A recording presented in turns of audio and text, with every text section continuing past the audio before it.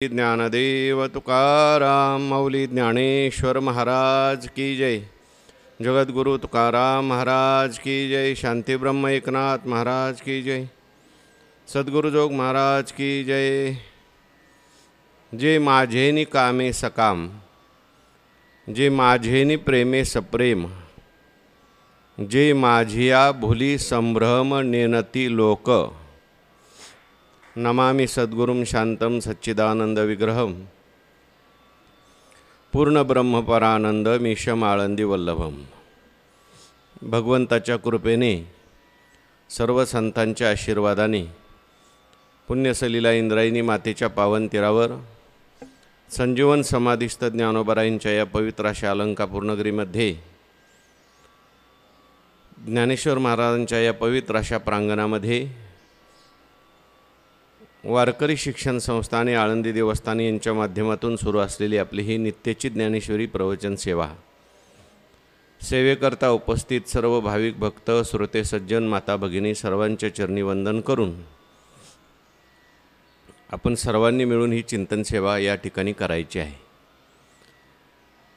भगवान श्रीकृष्ण परमात्मा अर्जुनाचं निमित्त करून दिव्य असा गीतेचा उपदेश करतात आणि ज्ञानेश्वर महाराजांनी त्या गीतेवर विस्ताराने ज्ञानेश्वरीच्या माध्यमातून चिंतन लिहिलेलं आहे। 9व्या अध्यायाचा आपला विचार सुरू आहे। अनन्य भक्तांचं वर्णन केल्यानंतर अनन्य भक्त कशा प्रकारे माझी भक्ती करतात आणि माझं स्वरूप प्राप्त करून घेतात। ज्याचं जो चिंतन करतो त्या स्वरूपाला तो प्राप्त होत असतो। यत् चित्तः तन्मयो मर्त्यो गुह्यम एतत् सनातनम असं म्हटलेलं आहे। जसा जो चिंतन करतो तसा तो होत असतो। चांगलं चिंतन केलं तर मनुष्य चांगला होईल आणि वाईट चिंतन केलं तर तो वाईट होईल। म्हणून नेहमी चांगलं चिंतन केलं पाहिजे, भगवंताचं चिंतन केलं पाहिजे। आणि हे भगवंताचं चिंतन भक्त कशा प्रकारे करतात आणि भगवत स्वरूप होऊन जातात हे या ठिकाणी भगवान परमात्मा सांगतात। भक्त जे आहेत ते आपल्या सगळ्या अंतःकरण वृत्ती देवाकडे लावतात। सर्व भाव भगवंताकडे लावतात।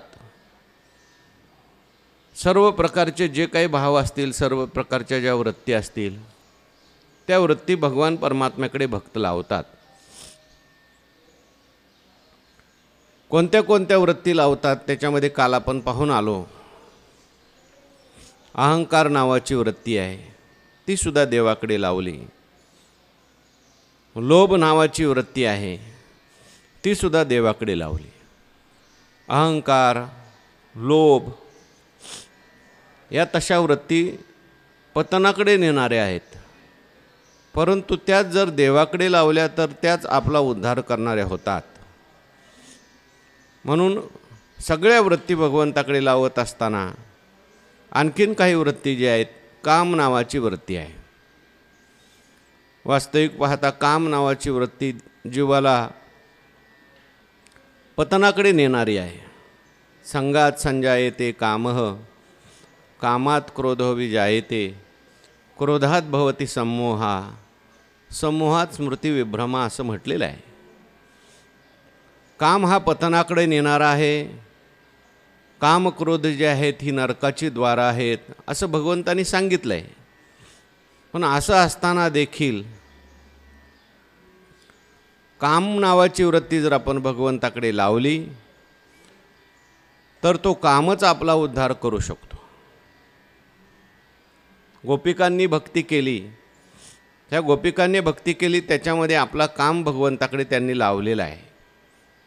म्हणून या ठिकाणी ज्ञानेश्वर महाराज म्हणतात, जे माझेनी कामे सकाम, माझेनी प्रेमे सप्रेम, जे माझिया भुली संभ्रम नेनती लोक। भक्त जे असतात माझ्या कामाने सकाम झालेले आहेत। सकामता जरी त्यांच्या जीवनामध्ये दिसली, कामना जरी त्यांच्या जीवनामध्ये आपल्याला दिसल्या भक्तांच्या जीवनामध्ये, तरी त्या सगळ्या कामना भगवंता करता असतात। आणि भगवंता करता त्या कामना असल्यामुळे त्या कामना ज्या आहेत त्या पतनाकडे नेणाऱ्या न राहता त्याचा उद्धार करणाऱ्या होतात. अनेक ठिकाणी आपण उदाहरण त्याचं पाहू शकतो. श्रीमद भागवतामध्ये प्रसिद्ध उदाहरण आलं. वस्त्रहरण लीलेमध्ये भगवंताच्या मुखातले शब्द आहेत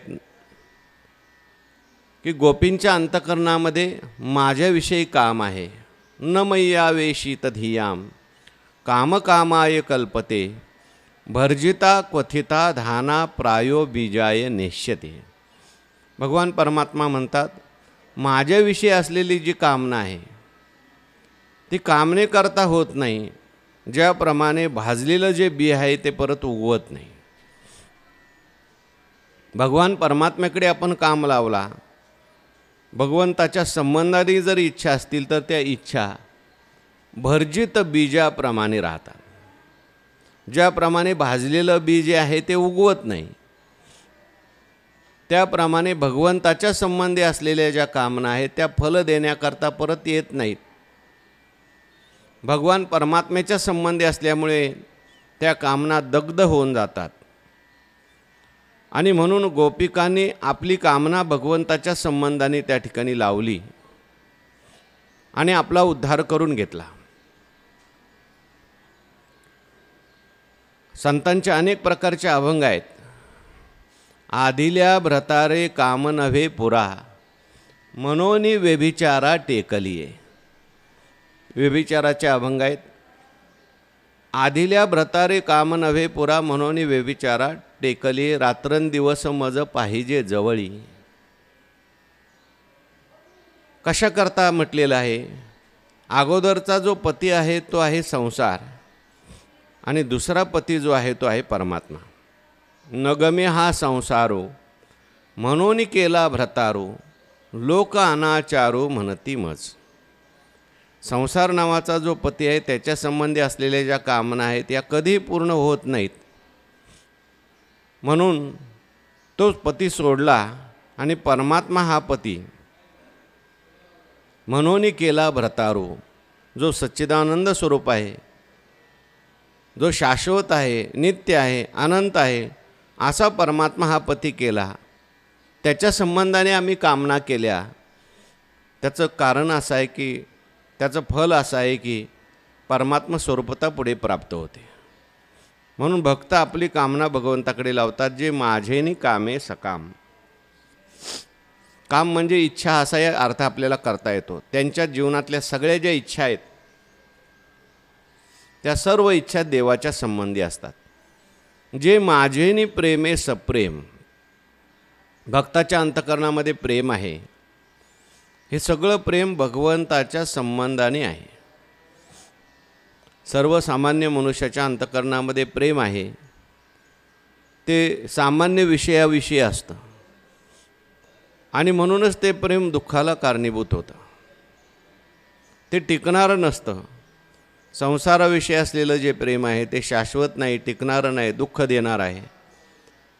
परंतु भक्ताच्या अंतकरणामध्ये जे प्रेम आहे ते माझेनी प्रेमे सप्रेम.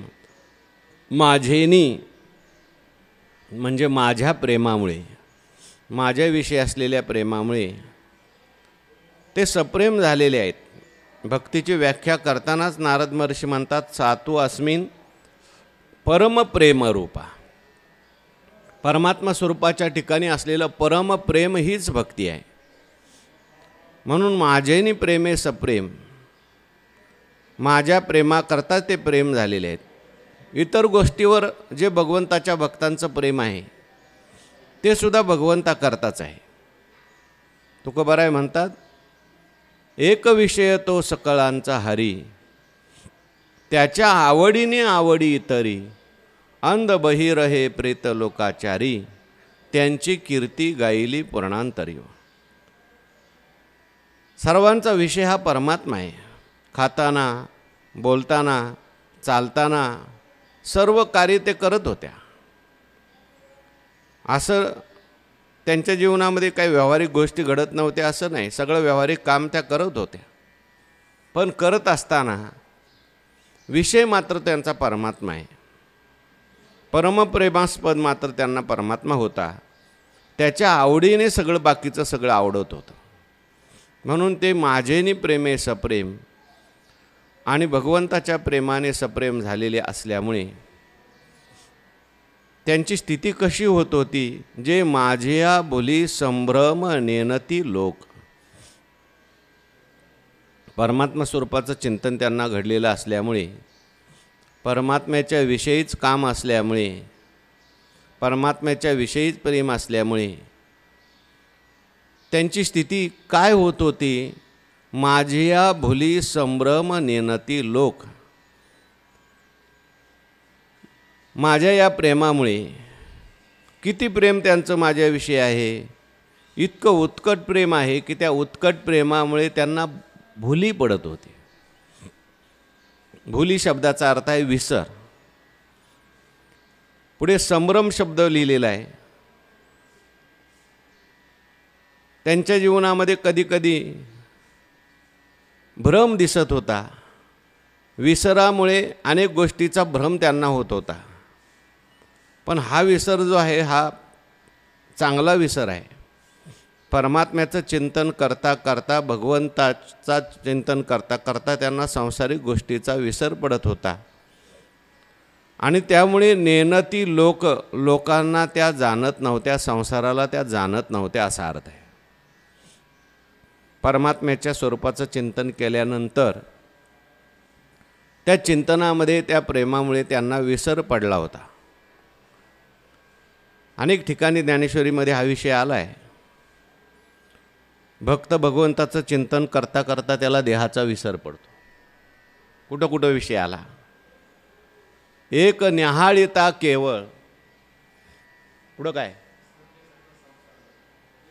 एक आंतरी निश्चळ, न्याहाळिता केवळ, विसरले सकळ संसार जात. पुढं, उपरती होऊनी चित्ता, निरवधी तल्लीनता निरंतर. अशी एक ओवी. काय ओवी?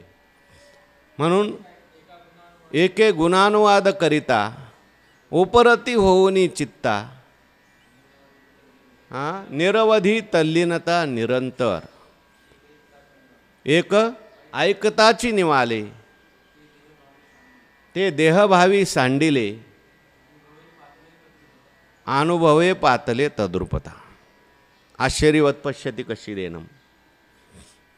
अनेक भक्तांची कशी स्थिती होत होती, त्याच्यामध्ये देहाचा विसर पडत होता. देहाचा विसर भगवंताकडे गेल्यानंतर आपोआप पडतो. देहाचा विसर पडला नाही तर देवाचं दर्शन झालंच नाही असा त्याचा अर्थ होतो. आपल्याला संसारामध्ये देवाचा विसर पडतो, पण भक्त जे असतात त्यांना देवामुळे संसाराचा विसर पडतो. अनेक अभंगामध्ये तुकोबारायांनी याचं वर्णन केलं आहे. एक गोपी बाजारामध्ये गेलेली असताना भगवान परमात्म्याचं चिंतन करत होतं किंवा भगवंताचं दर्शन झालं. तुकोबारायांनी वर्णन केलं आहे. तुकोबारायांचा आणि त्यांचा संवाद झाला. डोक्यावर दही दूध तसंच आहे, एक पाय उचललेला आहे आणि तटस्थ होऊन उभी राहिलेली आहे. तेव्हा तुकाराम महाराजांनी विचारलं, आपण अशी तटस्थ का उभे आहात? तेव्हा गोपिकांनी गोपीने उत्तर दिलं, मै भोली घर जानी बाट, गोरस बेचने आई हाट, कान्हा रे मन मोहनलाल, सबही बिसरू देखे गोपाल. मै भुली म्हटलेलं आहे, जे माझ्या भुली संभ्रम. मी भुली म्हणजे विसरली, मी सगळं विसरली. घरी जाण्याचा रस्ता मी विसरली. मै भुली घर जानी बाट, गोरस बेचने आई हाट. मी दही दूध विकण्याकरता म्हणून या बाजारामध्ये आली होती. पण आल्यानंतर येत असताना भगवंताचं दर्शन झालं, भगवंताचं चिंतन घडलं आणि त्या चिंतनाचा परिणाम असा झाला, मी सगळं विसरून गेले. कान्हा रे मन मोहन लाल, सबही बिसरू देखे गोपाल. भगवंताचं दर्शन असं आहे की ज्याच्यामध्ये मनुष्य सगळं काही विसरून जातो. म्हणून ज्ञानोबराय लिहितात, जे माझिया बोली संभ्रम नेनती लोक. लोक शब्दाचा अर्थ आहे जन असा आहे किंवा संसार. संपूर्ण संसार विसरून गेले. विसरले सकळ संसार जात, आम्ही सांगितले त्या ओव्यात. सर्व काही विसरून गेले. तुका म्हणे हासे जन, नाही कान ते ठाई. गोविंद घ्या कोणी दामोदर घ्यावो, घ्यागे तव तव हासती मथुरेचे आगे, असं म्हटले. अनेक ठिकाणी तुकोबारांनी वर्णन केलं. दंत धावनाचा मुखा माझे हात, वाद्ये वाजती नायिके जनमात. करी श्रवण श्रीकृष्ण वेणू गीत, स्वामी तुकयाचा पूर्वी मनोरथ. त्या ठिकाणी दंत धावन करत असताना तो मुखामध्ये हात जो आहे तो तसाच राहत होता. भगवंताचं चिंतन करायला लागल्यानंतर दात घासत असताना ते दात घासायचं तसंच थांबून जायचं आणि भगवंताची वेणू ऐकली जायची. आजूबाजूला मोठी मोठी वाद्य वाजत आहेत, परंतु वाद्य वाजत असताना त्या वाद्यांचा आवाज ऐकू येत नव्हता. त्याचं कारण भगवंताचं वेणुनाद, भगवंताचा वेणुनाद त्यांच्या कानावर पडलेला होता. म्हणून जे माझिया बोली संभ्रम नेनती लोक असं म्हटलं. व्यवहाराची सरली मात, अखंडित अनुसंधान, अशी त्यांची स्थिती होती. आणखीन त्यांचं पुढे वर्णन करतात पुढील ओवीमध्ये. जयांची जानती मजची शास्त्रे, मी जोडे जयाचेनी मंत्रे. ऐशे जे चेष्टा मात्रे भजले मज. जयाची जानती मजची शास्त्रे, असे जे भक्त असतात, माझं चिंतन करतात. मद्याजिना माम अपि यांती, या पदावरचं व्याख्यान चाललेलं आहे.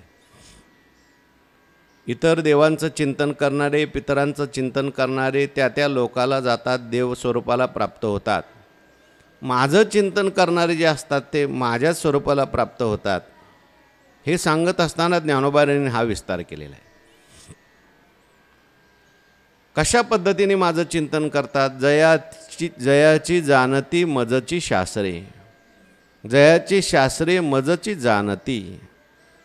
जयाचेनी मंत्रे मी जोडे, ऐशे चेष्टा मात्रे जे भजले मज. ज्यांची शास्त्र जे आहे ते मला जाणतात.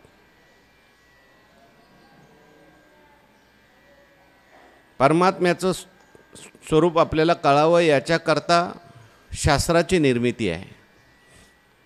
अनेक शास्त्र जगामध्ये आहेत, परंतु त्यांच्याकडून परमात्मा पूर्णत्वाने जाणला जात नाही. काही काही शास्त्र तर भ्रम निर्माण करणारी आहेत. चार्वाकांचंही शास्त्र आहे, परमात्म्याला ते जाणत नाही. इतर शास्त्रकार जे आहेत ते परमात्म्याला अंश रूपाने जाणतात. परंतु माझे जे भक्त आहेत त्यांची जी शास्त्र आहेत सगळी मला जाणणारी शास्त्र आहेत. मला सोडून त्यांचं शास्त्रच नाही. मला जाणणारी, जाणून देणारी जी शास्त्र आहेत त्याचंच शास्त्राचं चिंतन ते करतात. इतर शास्त्राचं ते चिंतन करत नाहीत. जयाची जानती मजची शास्त्रे, जयाची शास्त्रे मजची जानती. गीतेसारख्या शास्त्राचं ते अध्ययन करतात. गीता जे आहे भगवंताला जाणून देण्याचं शास्त्र आहे. असं गीतेचं वर्णन करताना अनेक ठिकाणी लिहिलं आहे. साचची बोलाचे नवे हे शास्त्र, संसार जिनते शस्त्र. आत्मा अवतरविती मंत्र अक्षरी ये. अनेक ठिकाणी या गीताशास्त्राचं वर्णन केलं आहे. म्हणून गीत जाणतया सवा, गीताची एकी सेवा. काय कराला आघवा शास्त्रीय रे. म्हणून म्हणजे काय? म्हणून जाणतया सवा म्हणजे काय?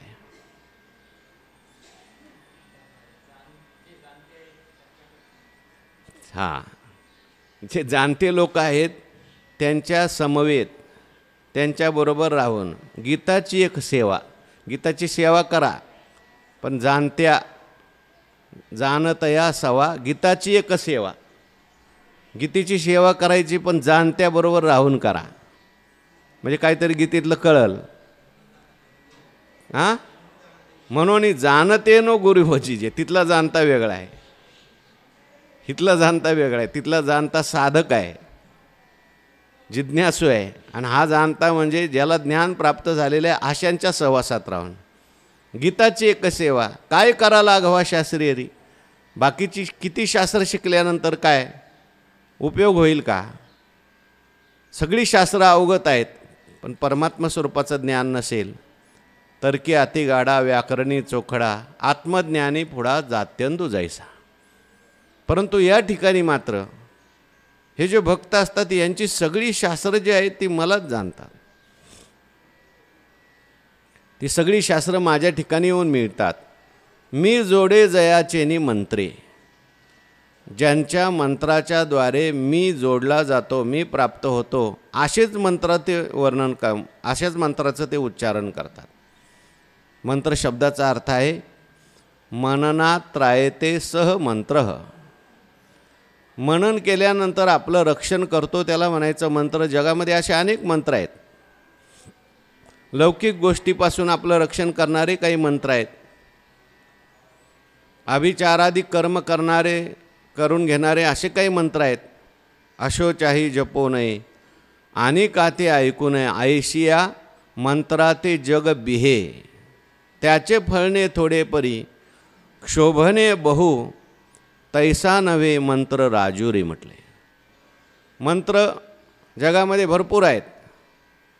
तुकोबाराय म्हणतात मंत्र तंत्र काही करशी बुटबुटी तेने भूतसृष्टी पावशी. सामान्य मंत्र आहेत, पण साधू संतांनी आपल्याला भगवत प्राप्तीचे मंत्र दिलेले आहेत. जे मंत्र जपल्यानंतर मी जोडे जयाचेनी मंत्रे, मी जोडला जातो, असे काही मंत्र आहेत की जे मंत्र उच्चारल्याबरोबर भगवान परमात्मा जो आहे प्राप्त होतो. रामकृष्ण हरी विठ्ठल केशवा मंत्र हा जपावा सर्व काळ. सर्व काळ हा मंत्र जपावा तुकोबाराय म्हणतात. आमच्या गुरूंनी आम्हाला हा मंत्र दिला. इहीच द्वादशाक्षरी ध्रुव आढळ पद पावला. एक द्वादशाक्षरी मंत्र आहे. नारद महर्षींनी त्या ध्रुवबाळाला हा मंत्र दिला आणि सांगितलं हा मंत्र जर जपला तर 7 दिवसामध्ये रात्रंदिवस हा मंत्र जपला तर तुला आकाशातले 100 किन्नर दिसतील आणि आणखी जास्त दिवस जर तू या मंत्राचा जप केला तर तुला भगवंताची प्राप्ती होईल. म्हणून ध्रुवबाळाने यमुनेच्या किनारी हा मंत्र जपला. ओम नमो भगवते वासुदेवाय. 5 महिन्यामध्ये ध्रुवबाळाला भगवंताची काय झाली? प्राप्ती झाली. भगवान परमात्मा येऊन उभे राहिले. भगवान परमात्म्याला समोर आणून उभं करण्याची ताकद या मंत्रामध्ये आहे. भगवंताचं नामस्मरणामध्ये आहे. आणि असे मंत्र मी जोडे जयाचेनी मंत्रे, त्यांच्या मंत्राने मी जोडला जातो. त्यांच्याकडे असे काही मंत्र आहेत की ते मंत्र म्हटल्याबरोबर मला जावंच लागतं, मला यावंच लागतं, प्रगट व्हावं लागतं. किंबहुना भगवान परमात्मा म्हणतात ऐसे जे चेष्टा मात्रे भजले मज. अशा प्रकारे त्यांच्या सगळ्या काही चेष्टा आहेत, त्या सगळ्या चेष्टेच्या द्वारे त्यांचं भजन सुरू आहे. ते माझं भजन करतात. चेष्टा म्हणजे सर्व प्रकारच्या क्रिया, व्यापार. ऐसे जे चेष्टा मात्रे, ह्या सगळ्या चेष्टा ज्या आहेत आत्तापर्यंत सांगितलेल्या सगळ्या चेष्टा, जे अहंकार वाहतांगी आम्ही हरीचे भूषावया लागी, लोभी एकची जगी माझे नि लोभी, या अहंकारादी वृत्ती आहेत. ह्या सगळ्या चेष्टामध्ये घ्यायच्या. किंवा माझेनी कामे सकाम, माझेनी प्रेमे सप्रेमे, जे माझ्या भुली संभ्रम नेनती लोक. म्हणजे शास्त्र अध्ययन असेल, लौकिक चेष्टा असतील, शास्त्रीय चेष्टा असतील, ह्या सगळ्या चेष्टा मनुष्याच्या जीवनात ज्या काही क्रिया होतात त्या सगळ्या ज्या क्रिया आहेत, काही क्रिया सहज होतात, काही शास्त्रामुळे प्रवृत्ती होत असते, प्रवृत्ती क्रिया आपल्या जीवनात होत असतात. शास्त्राने आपल्याला सांगितले त्याप्रमाणे लोक करतात. बाकीच्या चेष्टा ज्या आहेत, खाण्याचे आहे, पिण्याचे आहे, पाहण्याचे आहे, ह्या सहज चेष्टा आहेत. झोपण्याची चेष्टा आहे, लघुशंकेला जाण्याची चेष्टा आहे, आणखीन कपडे घालणे असतील, भोजन करणं असेल, हे सगळे चेष्टाच आहेत. काही जप वगैरे सांगितलेलं आहे, तप वगैरे सांगितलं आहे, वैदिक चेष्टा आहे. पुढे येणार आहे हा विषय. यत करोशी यदश्नाशी यज्जोशी ददाशी यत यत तपस्यसी कौंतेय तत्कुरुष्व मदर्पणम. जे जे काही व्यापार करशी का भोग हा न भोगीशी अथवा यज्ञ यजेशी नानाविधी ते क्रिया जात आघवे निपजेल स्वभावे ते भावना करून करावे माझी अमोरा. तुम्ही काय सांगताय? कोणती? ना तरी पात्र विशेषे दाने सेवका देशी जीवने तपादी साधने व्रते करीशी. हे चेष्टा मात्र आहे. सगळे जे काही चेष्टा आहेत आपण नेहमीच चिंतन करत असतो. गोपिकांच्या जीवनामध्ये भोजन करत असताना अशी भावना होती की हे कृष्णाचं शरीर आहे म्हणून भोजन करायचं, किंवा भजन चांगलं झालं पाहिजे म्हणून चांगलं भोजन करायचं, म्हणून त्यांचं भोजन भक्तीमध्ये जमा झालं. किंबहुना शृंगाराधिक वगैरे त्या करत होत्या, पण जी शृंगार करताना सुद्धा ही भावना आहे, नटताना ही भावना आहे, कपडे घालताना ही भावना आहे की आपलं शरीर चांगलं झालं दिसलं पाहिजे आणि हे देवाला प्रसन्नता प्राप्त झाली पाहिजे. देवाला प्रसन्न करण्याकरता त्यांचा शृंगार होता, म्हणून त्यांचा शृंगार हा भक्तीमध्ये जमा झाला. त्यांच्या शृंगाराचं वर्णन शुकाचार्यांनी केलं. शुकाचार्यासारखे विरक्त शिरोमणी गोपिकांच्या शृंगाराचं वर्णन करतात. विषय वानिताची झाले भाट जयाचे, विषय जिनोनी जन्मले, जे शुकाधिक दादोली म्हटलंय. देवाचं वर्णन आहे ते, पण आपल्याला हे भक्तांच्या करता गोपिकांच्या करता सुद्धा लावता येतं. कशा करता सांगितलं? ऐशे जे चेष्टा मात्रे भजले मज, त्यांची प्रत्येक क्रिया भक्तीत जमा झाली. तो करी तेतुली पूजा, अशी स्थिती त्यांची होते. आणि याचा परिणाम काय झाला? ज्ञानोबाराय पुढे लिहितात, ते मरणा आयलीची कडे मज मिळोनी गेले पुढे, मग मरणी आणखी कडे जातील केवी. भगवंताचं चिंतन मद याजेना माम अपि यांती, मरणाच्या अगोदरच त्यांची स्थिती प्राप्त झाली. मरणा आयलीचे कडे म्हणजे मरणाच्या अलीकडे, पुढे मज मिळवून गेले, खरोखर ते मला मिळून गेले. आणि मग मरणी आणखीकडे केवी जातील, मग मरणानंतर दुसरीकडे कुठे जाणार आहेत? मरणाच्या अगोदरच मला ते प्राप्त झाले.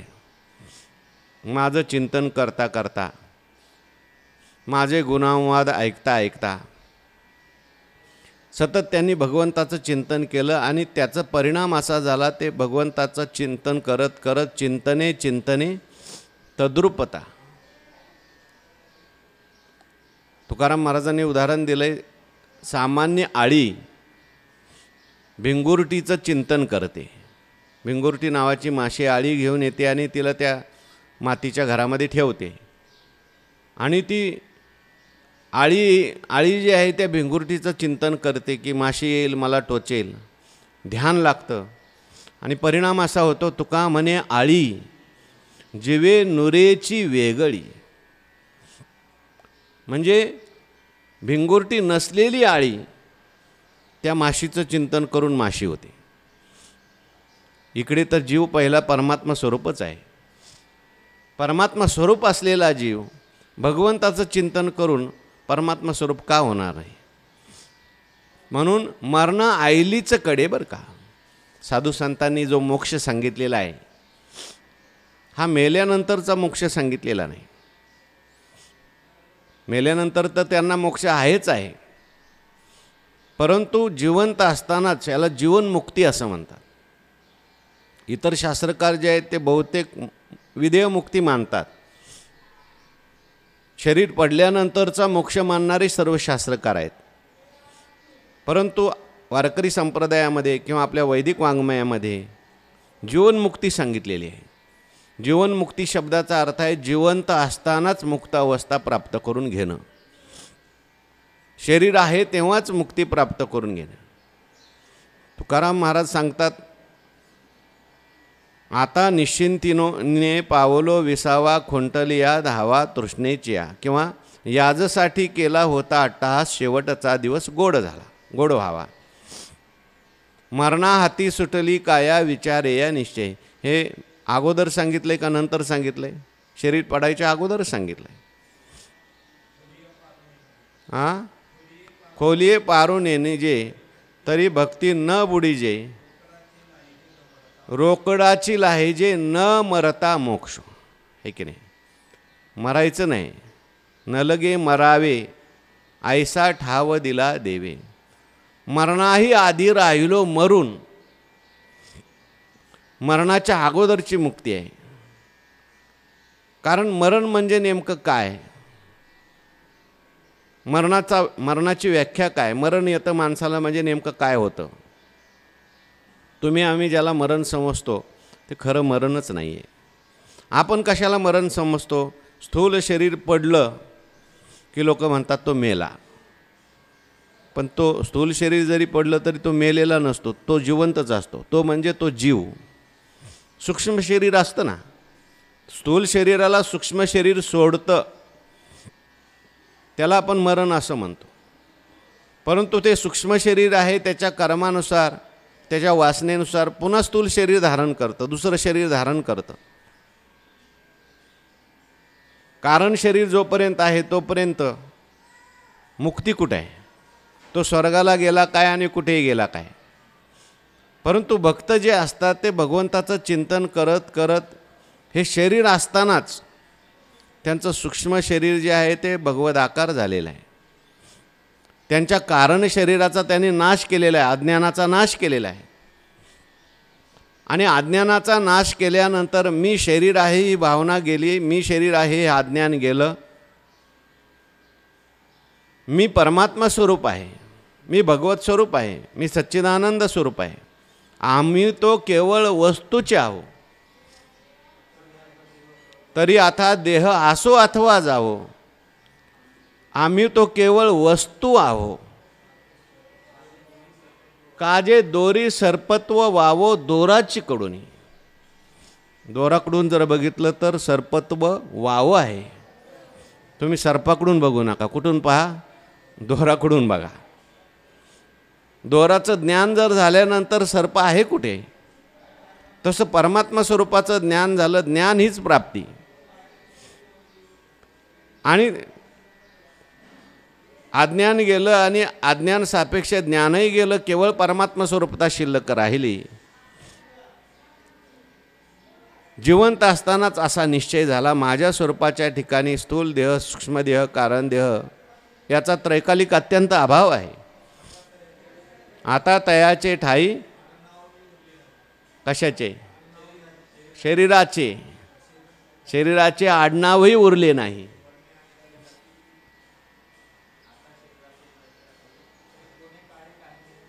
हां, असे मग कोणे काळे काही.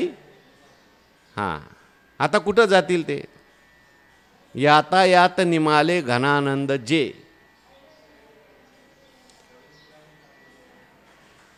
हां, सागरा येऊन ठेले का? त्याप्रमाणे त्याच्या ठिकाणी यातायात राहिली नाही. मरणा आईलीचीकडे याच्यासाठी आपला विषय चालला आहे. मरणाला अलीकडं आणि मरणाला पलीकडं. म्हणजे लौकिक दृष्टीने मरण शब्दाचा अर्थ इथे ज्ञानोबारांनी घेतला आहे, स्थूल शरीर पडलं.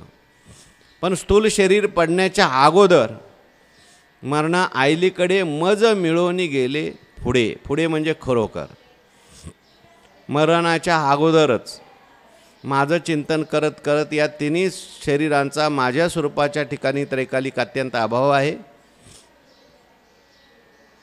मग म्हणे सर्वत्र सच्चिदानंद मीच एक स्वतः सिद्ध, जो आपणेशी भेद नेनोनी जाणे.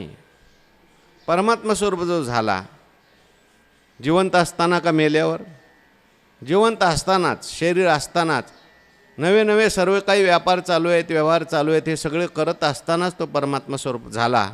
मग आता उभया उभेपण नाही जयाचे, मा पडलिया गहन कवन तयाचे. वा, त्याच्या प्रतीतीच्या पोटातलं पाणीसुद्धा हलत नाही, म्हणजे अशी अनुभव त्याला प्राप्त झाला आहे, काही न हलणारा अनुभव. आता उभा आहे, शरीर चालू आहे, सगळे व्यवहार चालू आहेत, तरीसुद्धा मी उभा आहे उभे पण त्याच्या ठिकाणी नाही. मग आता पडल्यानंतर काय संकट आहे त्याला? शरीर पडल्यानंतर कुठलं संकट आहे? परमात्मा स्वरूप तो झाला आहे. बाहेर सगळे व्यवहार सगळे चाललेले असले तरीसुद्धा तो परमात्मा स्वरूप झाला. मरणा आयली चिकडे होऊनी गगनचे असे. अशा प्रकारे त्यांना स्थिती प्राप्त झाली. मज मिळवणी गेले पुढे. मज, इथे मज शब्दाचा अर्थ परमात्मा स्वरूप असा आहे. ऐक्य जे आहे ते शरीराचं ऐक्य नाही बरं का, उपाधीचं ऐक्य नाही, तर चैतन्यामध्ये असलेलं ऐक्य. जीव हा ईश्वर होत नाही, जीव हा ब्रह्मस्वरूप होतो. ब्रह्मस्वरूप होतो का ब्रह्मस्वरूप आहेच? मी जीव आहे ही भ्रांती जाते. उपाधीने ऐक्य होत नाही. आणि जोपर्यंत शरीर आहे तोपर्यंत उपाधीच्या दृष्टीने परमात्मा उपास्यच आहे. म्हणून मज मिळवणी गेले. मज म्हणजे माझ्या स्वरूपामध्ये. मग मरणी आणिकीकडे जातील केवी. मग मेल्यानंतर दुसरीकडे कुठे जाणार आहे? हां हां हां, देहाच्या निर्वाणी मीच होती. आता वास्तविक पाहता मरणानंतर जाणं आणि येणं आहे का? जातील का? अज्ञानी जीव जो आहे तो मेल्यानंतर जाणं येणं आहे बरं का. त्याच्या कर्मानुसार आगा कर्मे जे उरावे, ती सुखीदुखी फळावे, तया ते भोगावया यावे देहाये का. मग त्याच्या कर्मानुसार तो कुठं जाईल? यांती देवव्रतान देवान पितृ यांती पितृव्रता, भूतानी यांती भूतेज्या यांती मध्याजिनोपी माम. देवव्रत जे आहेत, देवव्रता हा देवांसाठी संकल्प केले, देवांची भक्ती करणारे, देवांचं साठी नियम वगैरे करणारे लोक आहेत. सामान्य देवांच्या संबंधाने ते देवलोकाला जातात किंवा देवस्वरूप होतात. हां, आत्ताच वेळी झाली. मने वाचा करणी जयाची,